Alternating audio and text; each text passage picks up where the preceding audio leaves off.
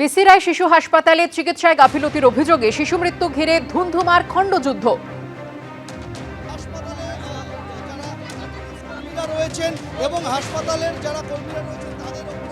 গতকাল রাতে বিসিরায় হাসপাতালে নিয়ে আসা হয়েছিল 1.5 বছরের শিশুকে। ডায়রিয়া ও বমি হচ্ছিল 1.5 বছরের শিশু। কাল ভর্তি না দিয়ে ছেড়ে দেয় হাসপাতাল, দাবি পরিবারে।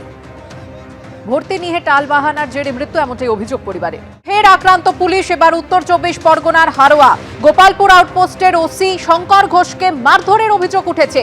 মত্ত অবস্থায় ওসিকে মারধরের অভিযোগ। হারোয়ায় ঘটেছে এই ঘটনা, যেখানে আক্রান্ত হতে হয়েছে পুলিশকে। এই ঘটনায় আটক করা হয়েছে 5 জনকে। ফের পুলিশের আক্রান্ত হওয়ার ঘটনা, এবার উত্তর 24 পরগনার হারোয়া। গোপালপুর আউটপোস্টের ওসি শঙ্কর ঘোষকে মারধরের অভিযোগ উঠেছে। ইতিমধ্যে 5 জনকে আটক করা হয়েছে এই ঘটনায়।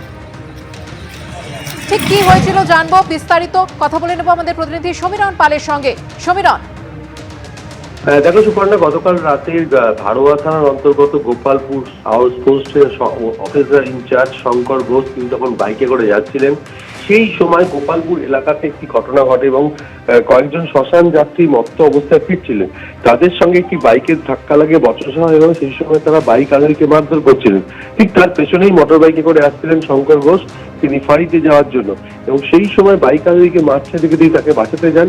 তখন ওই মত্ত যুবকরা মনে করেন যে এই শঙ্কর ঘোষ মানে তারই সহযোগী, তখন তাকেও মারতে থাকে। তার মাথায় হাতে আঘাত লাগে, রক্তাক্ত হন তিনি। তাকে সঙ্গে সঙ্গে পুলিশ এসে উদ্ধার করে, তাকে হারোয়া গ্রামীণ হাসপাতালে নিয়ে যাওয়া হয় এবং এই ঘটনায় 5 জনকে পুলিশ আটক করেছে, এমনটাই পুলিশ সূত্রে জানা গেছে। এবং যেটা জানা যাচ্ছে, শ্মশান যাত্রীরা মত্ত অবস্থায় ফিরছিলেন, বাইক আরোহীর সঙ্গে ধাক্কা লাগে এবং সেই বাইক আরোহীকে তাকে মারধর করছিলেন, তাকে বাঁচাতে যান শঙ্কর ঘোষ। তখনই ওই পুলিশ অফিসার আক্রান্ত হয়, এমনটাই পুলিশ সূত্রে জানা গেছে। সুপর্ণা, ধন্যবাদ সমীরণ। 3টে অঞ্চল হেরেছিলাম, ঘরটাকে পুরোপুরি বন্ধ করে দিয়েছে। রবিবার দক্ষিণ 24 পরগনার ভাঙড়ে তৃণমূলের সভা থেকে এমনই হুঁশিয়ারি দিতে শোনা গেল ক্যানিং পূর্বে তৃণমূল বিধায়ক ও ভাঙড়ের পর্যবেক্ষক শওকত মোল্লাকে। এমনকি লক্ষ্মীর ভান্ডার প্রকল্প নিয়েও ইঙ্গিতপূর্ণ মন্তব্য করেন তৃণমূল বিধায়ক, যা ঘিরে বিরোধী মহলে শুরু হলো জোর তরজা। যদিও বিতর্কের মুখে নিজের মন্তব্যেই অনড় থেকেছেন শওকত মোল্লা। 3টে অঞ্চল আমরা হেরে গিয়েছিলাম, ঘরটাকে পুরোপুরি বন্ধ করে দিয়েছে। আইএসএফ এর একজন না যেন টাকা পায়, তার ব্যবস্থা আমাদের তৃণমূল কংগ্রেসকে করতে হবে। লক্ষ্মীর ভান্ডার টাকা পাচ্ছেন, দেখা যাবে সেটা। ভোট না পেলে সরকারি প্রকল্পের টাকা বন্ধ, বিরোধিতা করলেও সেই একই দাওয়াই। এবার প্রকাশ্য মঞ্চ থেকেই এমনই হুঁশিয়ারি দিতে শোনা গেল ক্যানিং পূর্বের তৃণমূল বিধায়ক ও ভাঙড়ের পর্যবেক্ষক শওকত মোল্লাকে। আমাদের এই ভাঙড় থেকে 3টে অঞ্চল আমরা হেরে গিয়েছিলাম। আমাদের সরকার সেই 3টে অঞ্চলের ঘরটাকে পুরোপুরি বন্ধ করে দিয়েছে। দাদার খাবে আর মামার গাইবে, বলবে ওটা মমতা বন্দ্যোপাধ্যায়ের বাবার টাকা। আমরা বলছি টাকা আমরা বন্ধ করে দিয়েছি, যদি হিম্মত থাকে বাপের বেটা হও, সেই টাকা নিয়ে নাও। আইএসএফ এর একজন না যেন টাকা পায়, তার ব্যবস্থা আমাদের তৃণমূল কংগ্রেসকে করতে হবে। 2024 সালের লোকসভা নির্বাচনে ভাঙড়ে সার্বিকভাবে জয় পেলেও চালতাবেড়িয়া, শানপুকুর ও পোলেরহাট 2 নম্বর অঞ্চল থাকে আইএসএফ এর দখলে। স্থানীয় সূত্রে দাবি, রবিবার ভাঙড়ের প্রাণগঞ্জ এলাকায় তৃণমূলের সভা থেকে সেই 3টি অঞ্চলের কথাই উল্লেখ করেন শওকত মোল্লা। প্রকাশ্য সভা থেকে শওকত মোল্লা যখন এই হুঁশিয়ারি দিচ্ছেন, তখন ভাঙড়ের এক বাসিন্দার মুখে শোনা গেল বাংলার বাড়ি না পাওয়ার অভিযোগ। বাড়ি পাচ্ছেন, শওকত মোল্লা বলছে যে তোমার যারা আইসেফ করে তাদের ঘর হবে না। আমরা কোনো পার্টি মাটি করিনি। লক্ষ্মীর ভান্ডার তৃণমূল আমলের অন্যতম জনপ্রিয় প্রকল্প। বৃহস্পতিবার রাজ্য বাজেটেও লক্ষ্মীর ভান্ডার প্রকল্পে 500 টাকা ভাতা বৃদ্ধির ঘোষণা করেছেন অর্থমন্ত্রী চন্দ্রিমা ভট্টাচার্য।